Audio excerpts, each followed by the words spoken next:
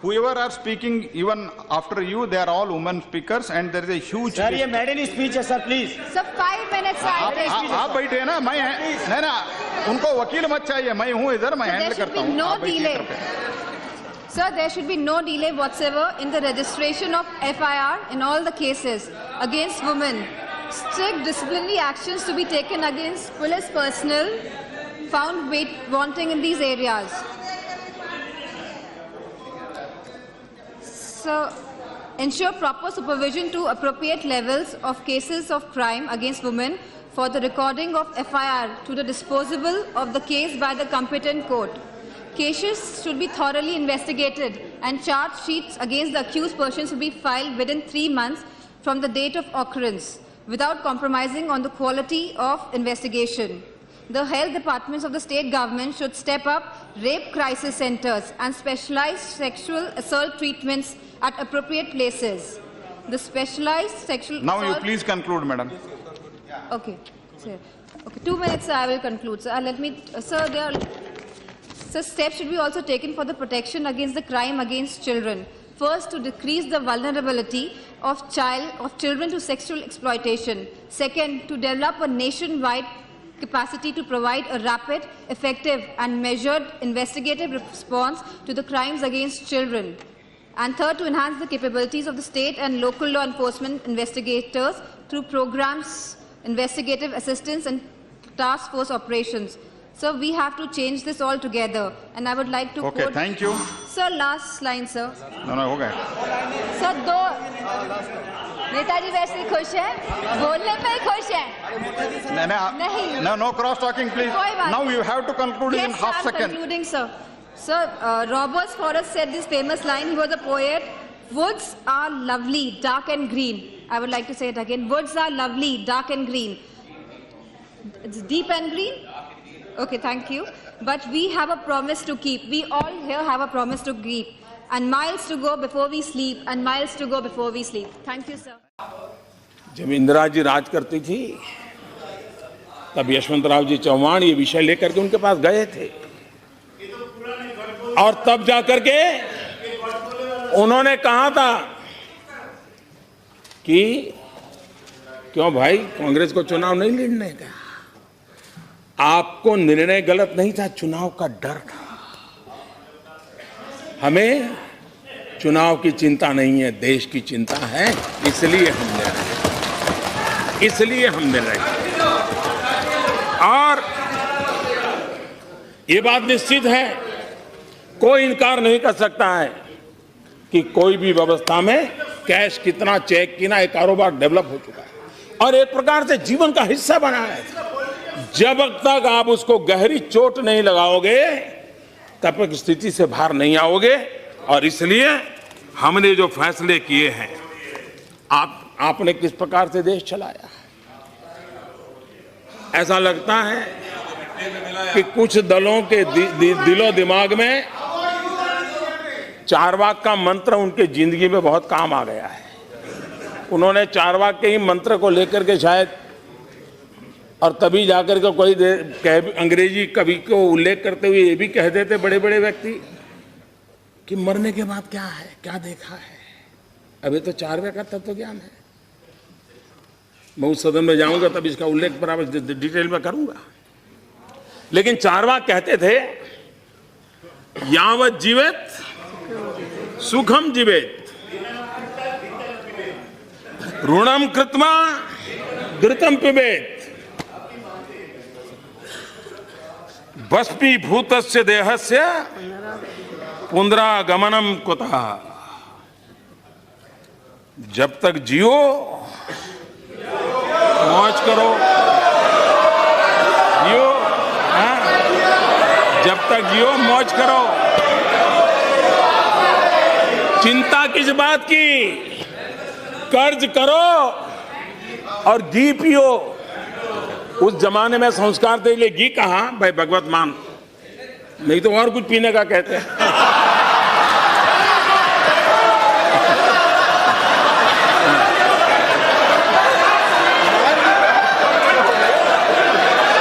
लेकिन उस समय ऋषियों ने संस्कार थे, तो उन्होंने घी पीने की बात कही थी। शायद आज का जमाना होता तो कुछ पीने की चर्चा करनी पड़ती, लेकिन इस प्रकार की फिलॉसफी से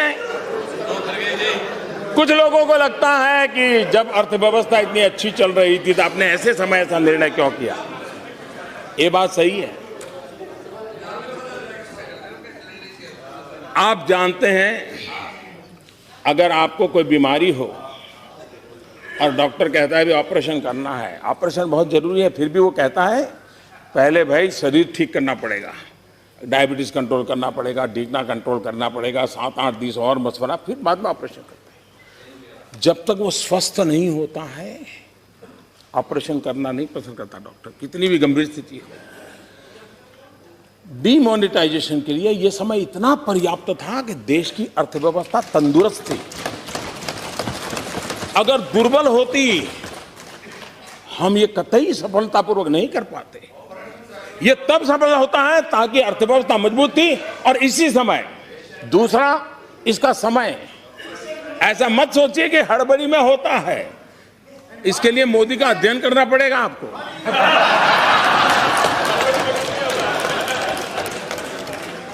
और आप देखिए, हमारे देश में साल भर में जितना व्यापार होता है, करीब करीब उतना ही व्यापार दिवाली के दिनों में हो जाता है। यानी 50% दिवाली के दिनों में, 50% साल भर। एक प्रकार से पूरा उद्योग, व्यापार, किसानी, सब काम दिवाली के आसपास उसकी पीक पर पहुंच जाता है। उसके बाद नेचुरल लल पीरियड हमारे देश में हमेशा होता है।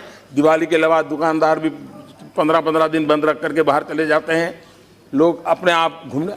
ये प्रॉपर टाइम था कि जबकि सामान्य कारोबार ऊंचाई पर पहुंच गया है, उसके बाद अगर 15-20 दिन दिक्कत होती है और फिर 50 दिन में ठीक ठाक हो जाएगा। और मैं आज देख रहा हूं कि जो मैंने हिसाब किताब कहा था उसी प्रकार से गाड़ी चल रही है। और इसलिए आप ये भी जानते हैं,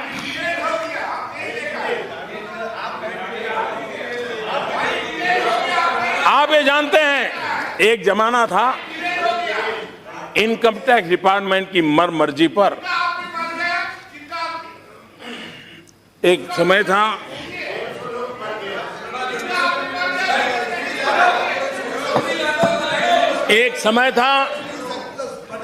जब देश में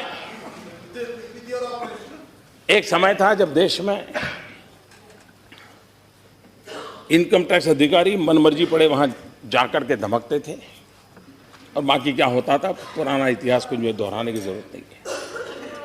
नोटबंदी के बाद सारी चीजें रिकॉर्ड पर है, कहां से आया, किसने लाया, कहां रखा। अब उसमें से टॉप नामों को टेक्नोलॉजी के द्वारा, डाटा माइनिंग के द्वारा निकाल दिए गए हैं। अब इनकम टैक्स ऑफिसर को कहीं जाना नहीं है, सिर्फ एसएमएस करके पूछना है कि भाई जरा बताइए डिटेल क्या है। आप देखिए, किसी भी प्रकार का अफसरशाही के बिना जिसको भी मुख्य धारा में आना है उसके लिए एक अवसर प्राप्त हो चुका है। और मैं मानता हूं इससे बहुत क्लीन इंडिया, जैसे स्वच्छ भारत का मेरा अभियान चल रहा है, वैसा ही आर्थिक जीवन में स्वच्छ भारत का अभियान भी बहुत तेजी से आगे बढ़ रहा है। और बेनामी संपत्ति का कानून पास हो चुका है, नोटिफाई हो चुका है। और जैसा खड़गे जी ने कहा, वहीं पर सब कुछ है। अच्छा सुझाव आपने दिया है, हम भी कुछ करके दिखाएंगे। और जो भी सुन रहे हैं वो भी समझे और उसके प्रावधान पढ़ लें कि कितना बड़ा कठोर कानून है। जिसके पास भी बेनामी संपत्ति है उनसे मेरा आग्रह है, अपने चार्टर्ड अकाउंटेंट से जरा पूछ ले आखिर के प्रावधान क्या है। और इसलिए मेरा सबसे आग्रह है कि मुख्य धारा में आइए, देश के गरीबों का भला करने के लिए आप भी कुछ कंट्रीब्यूट कीजिए, आप भी कुछ contribute.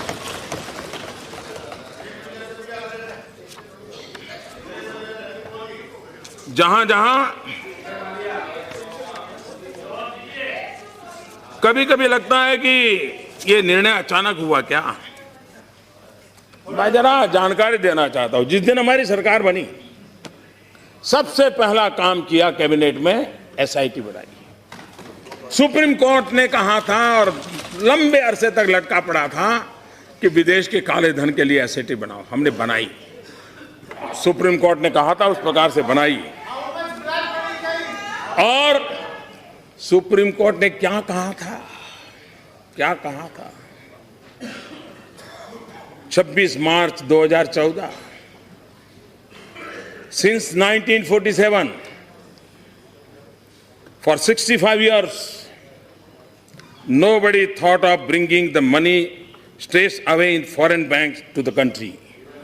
The government has failed in its role for 65 years.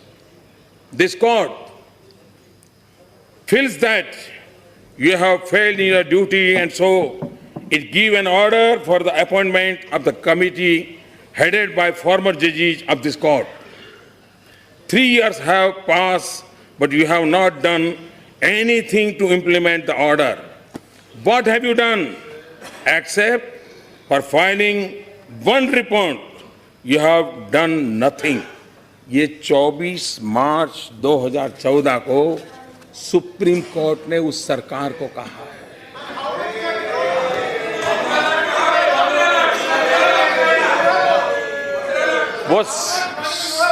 वही तो मैं कह रहा था, वो जमाना था तब आवाज उठती थी कितना गया, अब आवाज उठ रही है कितना आया, और आके रहेगा, आते रहेगा। आप देखिए एक के बाद एक देखिए, विदेश में जमा काले धन के खिलाफ नया कठोर कानून बनाया, प्रॉपर्टी जब्त करने की बात कही। इस बार भी बजट में एक नया कानून की बात कही गई है, सजा भी 7 साल से 10 साल कर दी। टैक्स हेवन जो थे मॉरिशस, सिंगापुर वगैरह, उस पुराने जो नियम आप बना करके गए थे उसको हमने बातचीत की, उनको समझाया, हमारी परिस्थितियां समझाई, उसको हम ले आए। हमने स्विट्जरलैंड से समझौता किया कि वो रियल टाइम इंफॉर्मेशन देंगे, कोई भी हिंदुस्तानी नागरिक पैसा रखेगा तो उसका पता चल जाएगा। हमने अमेरिका सहित कई देशों के साथ इस प्रकार के समझौते किए हैं, जहां भी हमारा कोई भी भारतीय नागरिक, भारतीय मूल का व्यक्ति पैसे रखेगा तो उसकी जानकारी भारत को मिलेगी। उसी प्रकार से प्रॉपर्टी बिक्री 20,000 से ज़्यादा नगद नहीं, इसकी चर्चा हमने नहीं किया। रियल एस्टेट बिल को पास किया, ज्वेलरी के मार्केट में भी सुनकर के आया था। उस समय जब मेरी उम्र उस समय मात्र 26 वर्ष की थी, मैं बहुत पतला था। जब मैं यहां आता था तो अभी भी कोई बहुत मोटे नहीं है। अभी ठीक वैसा वजन बढ़ा। महोदय, उस समय गोरखपुर की स्थिति ऐसी थी कि जब मुझे यहां पर उस समय के उर्वरक और रसायन मंत्री श्री सुरजीत सिंह बरनाला जी ने जब मुझे देखा तो मैं गोरखपुर खाद कारखाने के बारे में उनसे चर्चा करने के लिए गया, तो मुझे आधा घंटा घूरते रहे, देखते रहे। उन्होंने कहा आप गोरखपुर से चुन के आए हैं? मैंने कहा जी हाँ। कहा गोरखपुर से? मैंने कहा हाँ।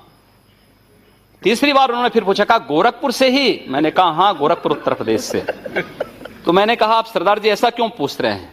उन्होंने कहा इसलिए क्योंकि मैं एक बार गोरखपुर गया था एक चुनावी सभा को करने के लिए, लेकिन दोनों ओर से बम चलने लगे, मैं भाग गया, तब से मैं गोरखपुर दोबारा नहीं गया।